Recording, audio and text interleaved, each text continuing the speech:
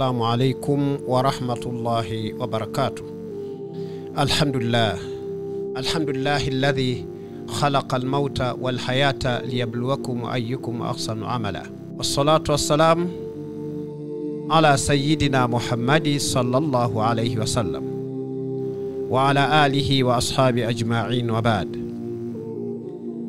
Jambo la kwanza tumshukuru Allah subhanahu wa ta'ala, kisha rehma na amani zimwendee kipenzi chetu mtume wetu Muhammad sallallahu alayhi wasallam. Ama leo hii tunaendelea katika kipindi chetu cha dini ndani ya studio yetu hii ER Empower Avenue Studio au TV ambayo ipo Tabora, na mzungumzaji wenu ni Sheikh Ibrahim Tamimu Rumalizia, Sheikh wa mkoa wa Tabora. Mada yetu ya leo ni safari ya mwanadamu duniani kuelekea akhera. Ndugu zangu, tumeona tuilete mada hii ili kuandaa wanadamu na Waislamu watambue umuhimu wa maandalizi mema kwa ajili ya kuelekea akhera.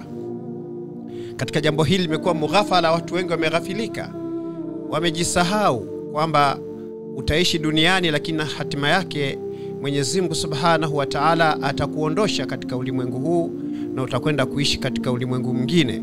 Utakwenda lahadi ndani ya kaburi, baadaye utaondoshwa kwenda kusimamishwa katika viwanja vya hukumu, na baadaye utaondoshwa kwenda kuelekea katika sehemu ambapo uliandaa wakati ukiwa una uhai wako hapa duniani.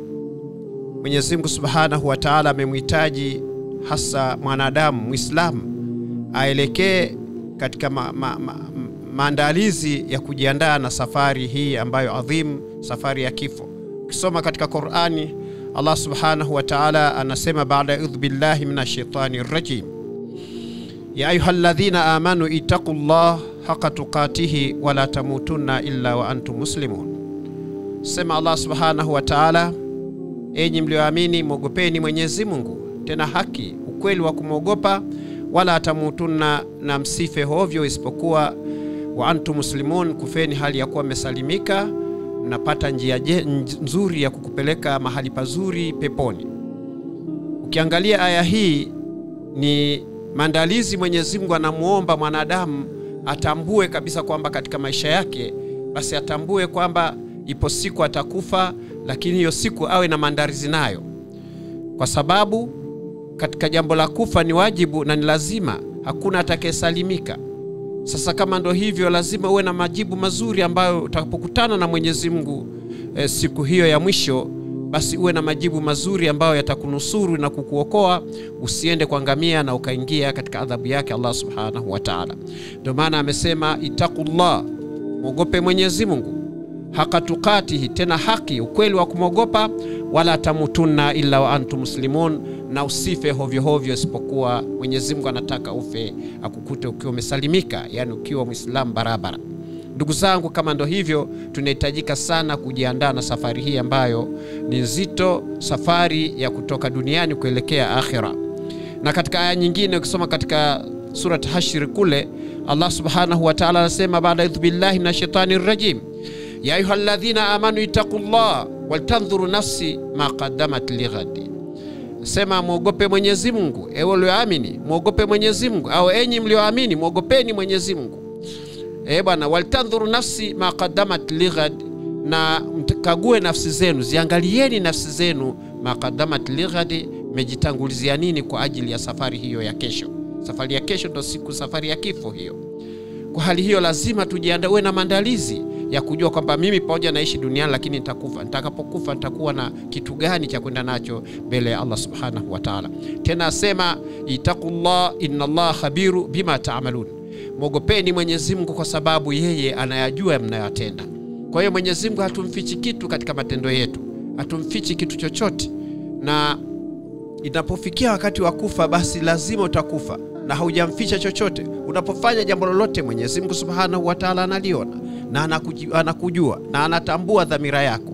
Kwa hali hiyo, hebu tujikite katika mfumo wa maisha yetu, tujipange na dhamira ya kuokoka na kusalimika katika tusipate adhabu yake Allah Subhanahu wa Ta'ala siku ya mwisho wetu wa maisha yetu, toka kaburini mpaka siku ya hukumu, mpaka kuelekea katika mahala tupoandaa ama motoni ama peponi. Na jambo jema kabisa ni kufanya maandalizi ambayo yatakupeleka peponi. Itakuwa maandalizi mazuri kabisa ambayo ndo Allah subhanahu wa ta'ala amehitaji kwenye aya tuleta ya kwanza, wala tamutunna illa wa antum muslimun, msife vifo vya hovyo isipokuwa kufeni hali ya kuwa mesalimika.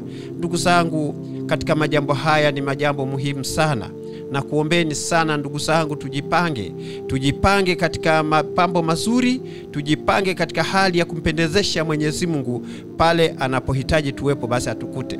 Ukisoma katika hadithi ya Mtume sallallahu alaihi wasallam asema, itaqullah haithu ma kunta wa atbi'i sayyi'atan hasanatan tamhuha wa khaliqin nasi bi khulqi hasana.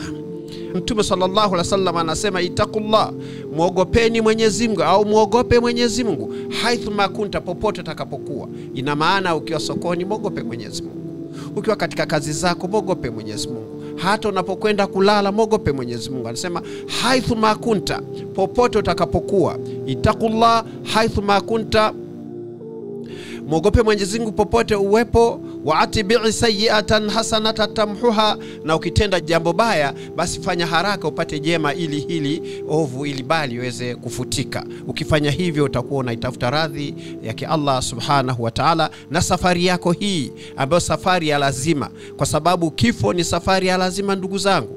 Ukisoma katika Qur'an katika surati Nisa'i kule utakuta aya zinazosema, anasema haithu ma kunta, anasema Allah subhanahu wa ta'ala kwamba mwanadamu popote pale awepo basi umauti utamkuta. Popote pale uwepo Mwenyezi Mungu anasema umauti utakukuta. Sasa unaweza kuwa uko wapi? Uko sokoni, unaweza kuanguka, na unakwenda kuanguka labda hukumuogopa Mwenyezi Mungu, hukumcha Mwenyezi Mungu.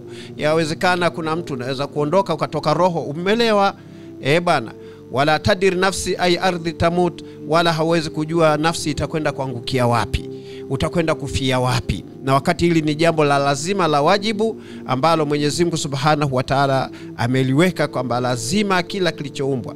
Ukisoma katika aya nyingine nasema, kullu nafsi dhaikatul mauti wa innama tuwafawna ujurakum yawmal qiyama, na kila nafsi itaonja kifo ili kwenda kulipa ujira siku ya kiyama. Faman zuhza an-nari wa udkhila janna faqad faz, na yule ataokoka na moto akaingia peponi, huyo atakuwa amepata faulu kubwa, atakuwa amefuzu.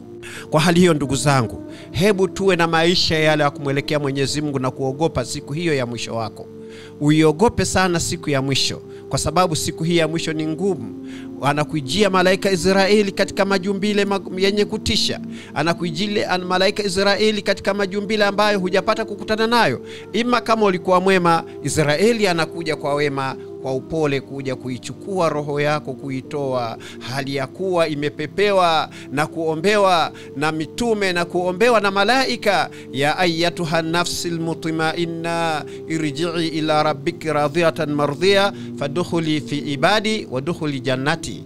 Naona Mwenyezi Mungu Subhanahu wa Ta'ala anaibembeleza nafsi ile ambayo iliishi kwa kutarajia kwamba itakutana na Allah Subhanahu wa Ta'ala. Basi Mwenyezi Mungu Subhanahu wa Ta'ala anawaamrisha malaika kuitoa nafsi yako tena mutma'inna, irji'i ila rabbiki radhiyatan mardhiya, rejea kwa Mola wako hali ya kuwa umeridhia na umeridhika.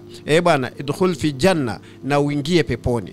Ndugu zangu, jambo hili ni jambo adhim sana ambalo linahitajika maandalizi. Tumuombe sana Mwenyezi Mungu Subhanahu wa Ta'ala atujalie tuwe na maandalizi mema katika safari hii nzito, safari ambayo ni wajibu. Nimalizie maneno mazuri ambayo aliyasema Saidina Ali wakati alipotembelea makaburi. Kwamba alipotembelea makaburi, Saidina Ali alitoa salamu, akasalimia makaburi. Watu wake wakamshangaa, vipi? Akawasemeza yale makaburi, akawaambia, jamani, mna habari gani? Sisi tuna habari kutoka kule duniani. Kule duniani majumba yenu mlikuwa mmeyaweka, mmeyajenga, yamesharithiwa na watu wengine. Wake zenu, waume zenu wameshaolewa au wameoa wake wengine. Mali zenu zimeshakasimiwa, watu wamegawana, na nyinyi mna habari gani? Pakakaa ukimya wa muda.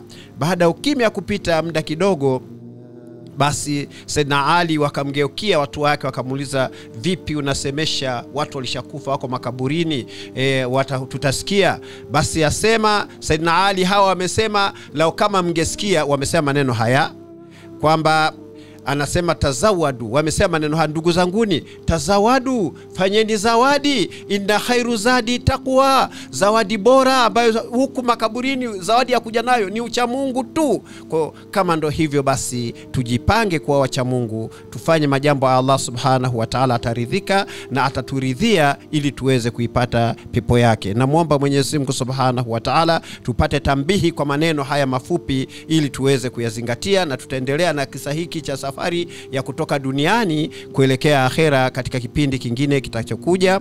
Na nikuombeni sana, mfuatilieni sana sana sana sana ER Revenue Empower Revenue TV, ambayo insha Allah inapatikana ukiingia katika mtandao YouTube utatuona tuko pale. Bwana, utapata faida nyingi sana za madarsi na mambo mengine mengi yanayoendelea katika studio hii. Na muomba Mwenyezi Mungu subhanahu wa ta'ala atujalie afya, atupe hikma, atupe ilmu, atusamee pale tumekosea, na atufanye tuwe wapenzi wenye kupendana. Wabillahi tawfiqi. Ndugu yenu Sheikh Ibrahim bin Tamim Rumalizia, Sheikh wa mkoa Tabora, Istiqama Sunna wa Jamaa. Wassalamu alaikum wa rahmatullahi wa barakatuh. Unatazama ER Media TV Tabora Town.